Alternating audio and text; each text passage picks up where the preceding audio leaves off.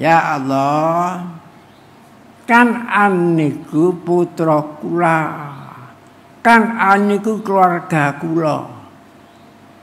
Innahu min ahli, nggih putraku, nggih keluarga. Apa jawab Allah? Loh, laisa min ahlik, innahu amalun ghairu sholeh. Kan'an itu dudu putramu, dudu keluargamu. Assalamualaikum warahmatullahi wabarakatuh. Alhamdulillahirrabbilalamin. Atas berkat rahmat Allah yang Maha Kuasa, channel Tasawuf Nusantara kembali mengudara untuk menyajikan mauidhah hasanah Guru Besar Mursyid Thariqah Siddiqiyah Syekh Muhtarullah Al-Mujtaba. Pada kesempatan kali ini beliau menyampaikan tentang durhakanya anak yang bernama Kan'an kepada Nabi Nuh alaihissalam. Simak penjelasannya, jangan sampai gagal paham. Semoga Allah memberkati kita semuanya. Terima kasih.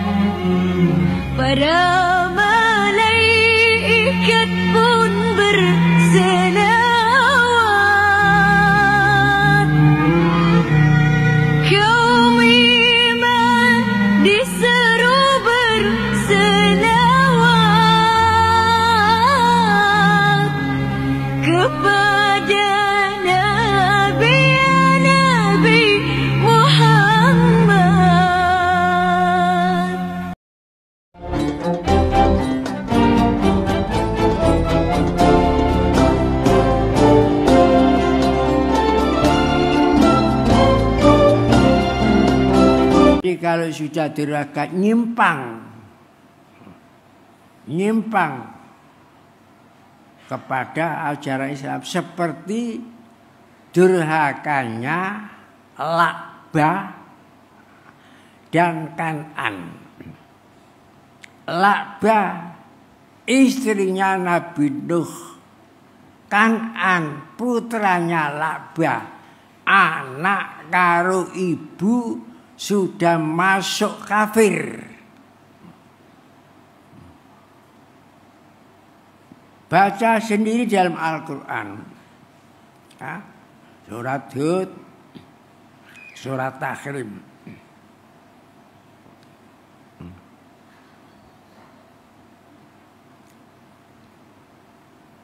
Diajak naik ke perahu putra, ya bunayyarkam ma'ana, wahai anakku Kan'an, masuklah dalam perahu ini, dunia akan dikerem.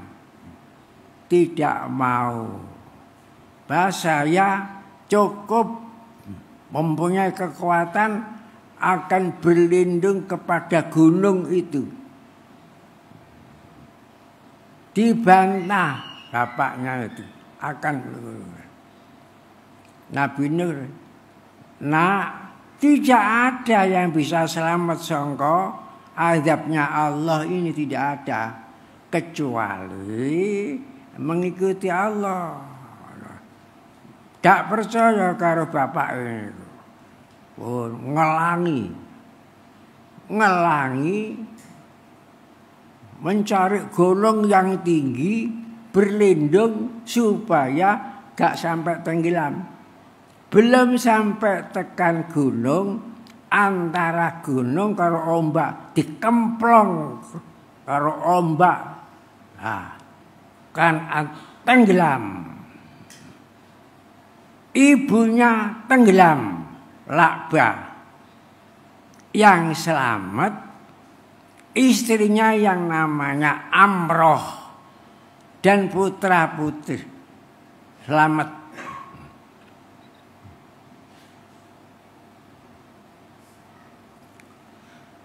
Yafis selamat, Sam selamat, Ham selamat. Jadi 3 putra laki-laki itu selamat dan ibunya selamat. Tapi Lakbah ibunya dan anaknya ini tenggelam, masuk dalam kafir. Setelah dilihat dari perahu, tampak anaknya itu dimain-mainkan ombak. Sebagai manusia, Nabi Nuh sebagai manusia timbul perasaan kemanusiaan. Matur na pangeran, ya Allah, kan aniku putra kula, kan aniku keluarga kula, innahu min ahli. Ge putraku, ge keluarga. Apa jawab Allah? Nuh, laisa min ahlik. Innahu amalun ghairu sholeh. Kan'an itu dudu putramu, dudu keluargamu. Kamu jangan seperti orang yang bodoh. Merasa keliru, maturna keliru. Innahu min ahlik. Pangeran dawuh, laisa min ahlik, dudu ahlimu. Kena kafir.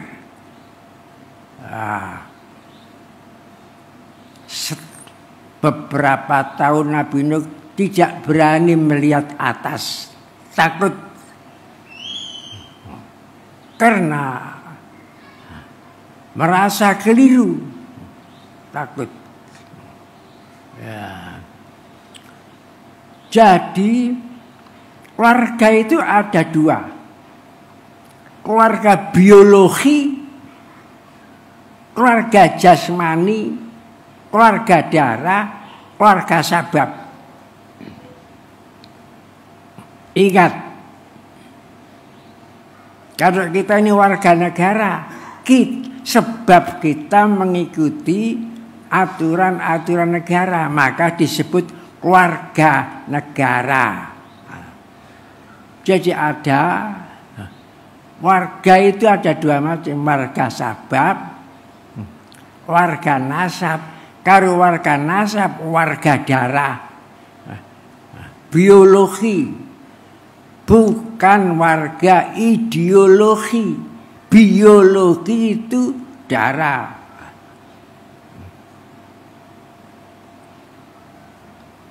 Rasulullah dawuh, alu Muhammadin kullu taqdiin. Semua orang tua takwa keluarga Muhammad yang mengikuti aturan Islam, aturan Nabi Muhammad, itu keluarga Muhammad, walaupun bukan keluarga nasab tapi keluarga sabab namanya. Kullu taqiyin alu Muhammadin. Dalam kitab hadis Jami'uz Shaghir bab korban, lihat sendiri.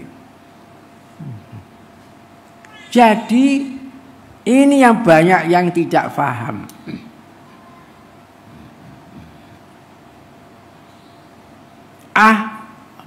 Banyak yang paham. Karena orang awam mesti muni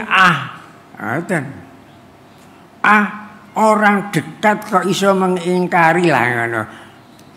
Apa maneh seperti saya. Nabi Nuh iki lho. Nabi, Rasul. Istrinya, anaknya ya ingkar, menjadi orang yang khianat. Fakhonatahuma. Dalam Al-Quran surat Tahrim, fakhonatahuma. Kemarin sak kula, sak sampean. Kapan gak mengikuti Allah? secara zahir kan itu keluarga nasab, tapi dari segi maknawi, dari segi agama bukan keluarga. Pengkhianat. Tapi umumnya wong gak paham. Umumnya ngaten wong ora paham. Ngebutno keluarga nasab. Ngebutno keluarga darah. Tidak ngebutno ajaran Islam.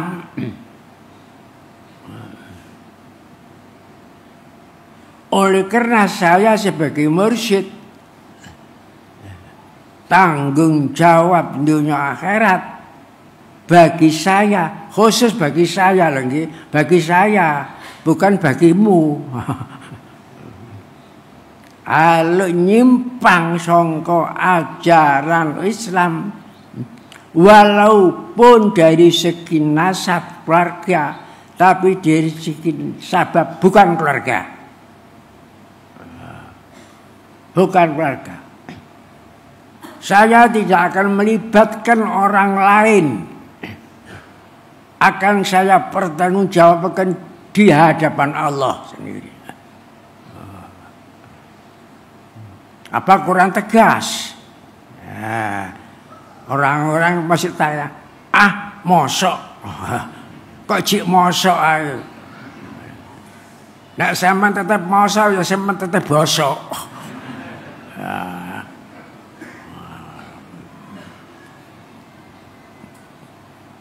Mosok dikempitrino wengi kok bisa khianat. Sampai ingat setan niku gak pernah pensiun. Coba sing ngarani setan pensiun? Gak pensiun.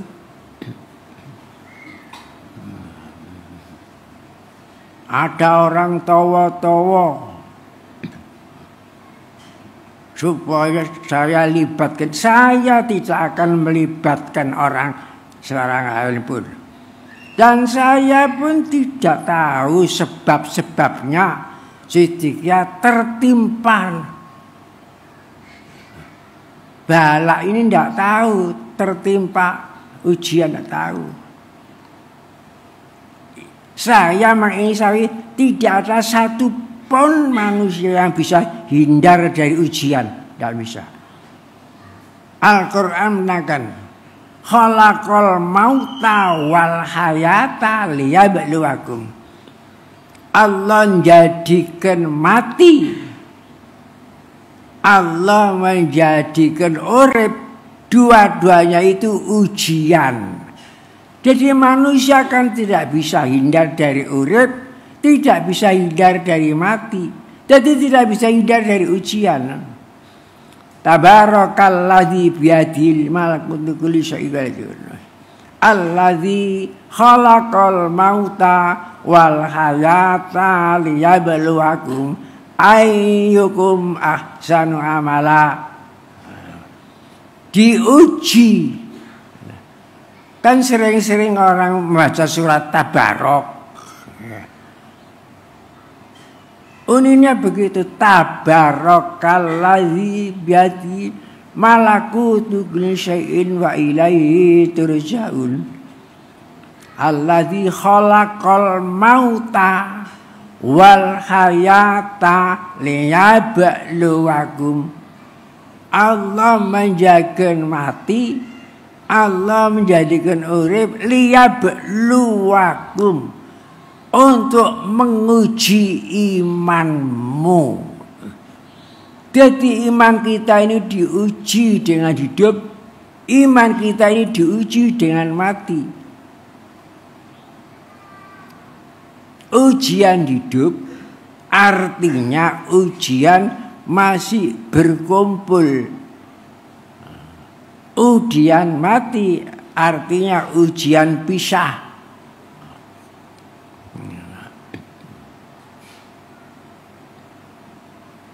Malaikat Jibril alaihissalam diutus oleh Allah Ta'ala menyampaikan berita kepada Nabi Muhammad. Malaikat Jibril diutus.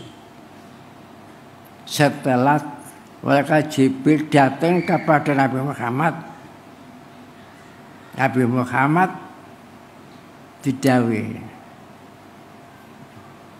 "Ya Muhammad, aish ma syi'ta fa innaka mayyitun."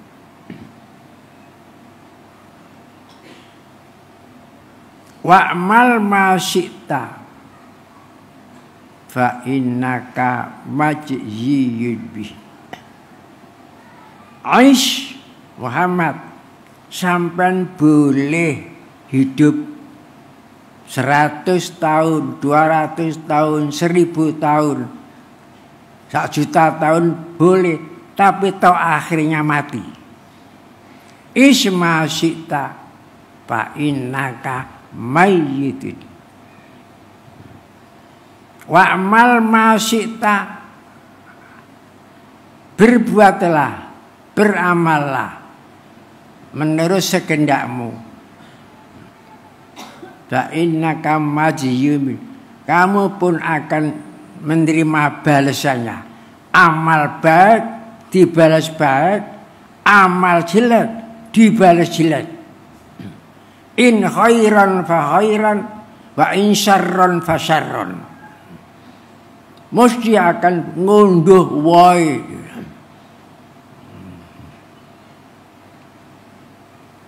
Di dunia ini tidak ada pengadilan mutlak nanti di hadapan Allah.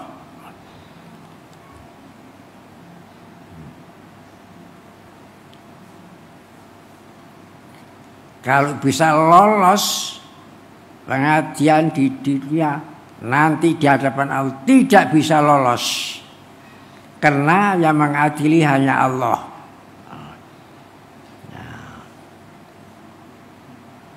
Nah, alhamdulillah, saya terima kasih, bersyukur kepada sama manusia panjenengan sedaya niki ikut andil mendoakan ibu saya, bapak saya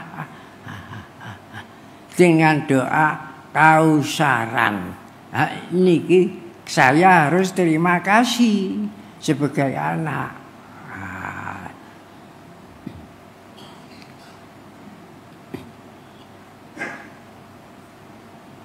Itu perlunya saya masukkan di dalam pintu gerbang Tarekat Siddiqiyah, sanggup bakti kepada ibu bapak.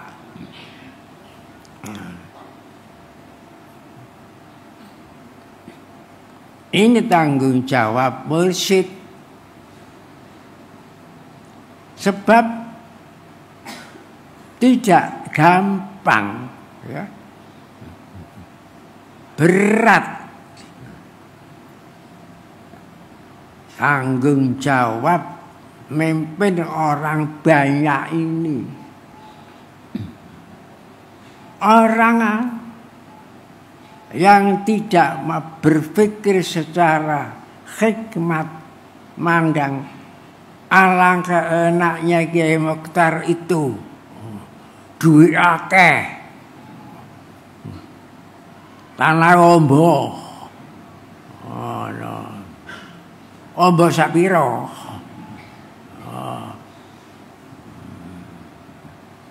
bangunannya banyak. Didelok ngoten tok didelok, tapi gak delok tanggung jawabnya nanti. Paling-paling rumah abadi saya berapa meter? Berapa meter? Ini pun diisyaratkan di dalam sholat. Kenapa rokok sekali, tapi sujud 2 kali? Apa hikmahnya? Itu isyarat. Pertama Allah Akbar, sujud. Setelah itu tangi sujud Allah Akbar. Sujud lagi-lagi, Allahu Akbar.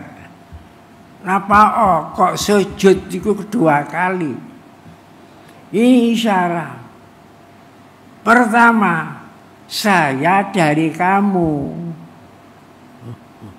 Semua manusia dari tanah. Kemudian dari tanah tinggi hidup jadi manusia. Nanti akan kembali lagi nang kotak tanah. Minal kotai ilal kotai. Cuma berapa meter.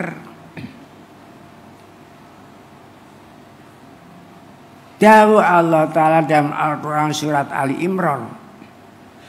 Innal ladzina kafaru wa matu wa hum kuffarun fala yuqbala min ahadihim mil'ul ardi dzaban wala wiftadabi walahum adzabun alim. Orang-orang kafir mati lestari di dalam kekafiran, tidak berubah, tetap kafir.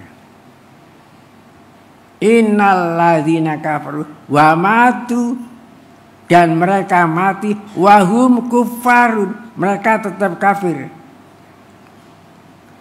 Seandainya ditebus dosanya dengan emas sepenuh jagat ini, upamane wong niku duwe emas sak jagat, semua dadi emas, kanggo nebus kekafirane, falayuk balamin ahadihim mil'ul ardi, tidak diterima.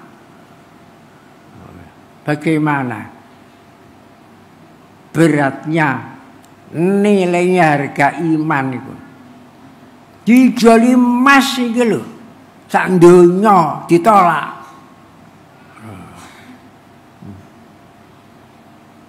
Jadi kita ini beriman kepada Allah untung lebih kaya daripada mempunyai emas sak donya. Kok ngerasa sak donya sak kilo ra duwe kok. Jadi harus bersyukur. Maka iman itu nikmat agung, tidak bisa dibanding dengan nilai masa dunia. Wa matu wa hum kuffar, tidak. Falayu kebala, tidak akan diterima. Min ahadim, dari salah satu mereka, mil'ul ardi, mil'u penuh ardi bumi, zaban emas, tidak bisa. Jadi alhamdulillah kita ini beruntung menjadi orang yang beriman. Lebih beruntung lagi kalau imannya lestari, istiqomah. Celaka lagi esok beriman awan kafir, mencela menceli katanya.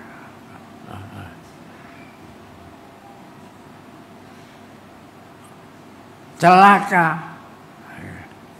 Tapi lebih beruntung lagi kalau istiqomah, tetap lestari, tidak berubah. Seperti kita tetap di dalam tarekat. Nah, dalam lambang tarekat Siddiqiyah ada ayat yang memberikan peringatan kepada kita. Wa alla wistaqamu la asqainahum ma'an ghadaqa. Jika kamu tetap dalam tarekat, istiqomah maknanya tetap tidak berubah dalam tarekat, Allah berjanji la asqainahum ma'an ghadaqa, kowe bakal tak paringi minuman air segar, bukan air biasa, air maknawi, air segar. Jadi air hidup menghidupkan, air suci mensucikan, air segar mensegarkan, segar di dunia, segar di barzah, segar di akhirat. Janji Allah begitu.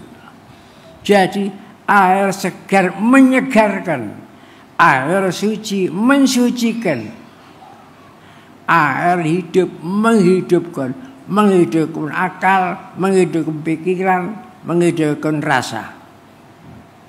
Itu janji Allah. Janji Allah tidak akan meleset. Janji Allah mesti tepat. Jika istiqomah dalam tarekat. Jika istiqomah dalam tarekat.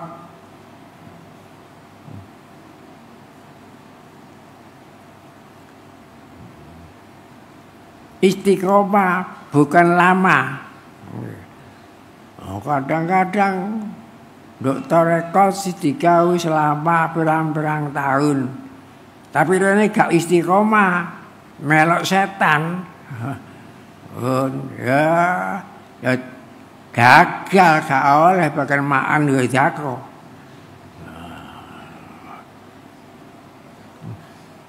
Maka saya berdoa semoga warga tarekat Sidikiyah ini tetap lestari istiqomah di dalam tarekat Sidikiyah. Di dalam tarekat Sidikiyah sudah ajaran dilengkapi, lengkap, pun tinggal makan saja.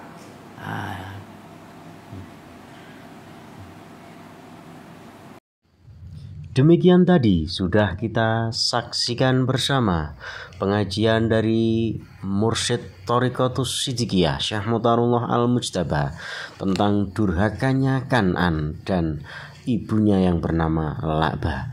Untuk itu semoga apa yang disampaikan oleh beliau kita bisa mengambil hikmahnya dan bisa menjadikan diri kita lebih menjadi orang yang bertakwa. Terima kasih, sampai jumpa di lain kesempatan. Assalamualaikum warahmatullahi wabarakatuh.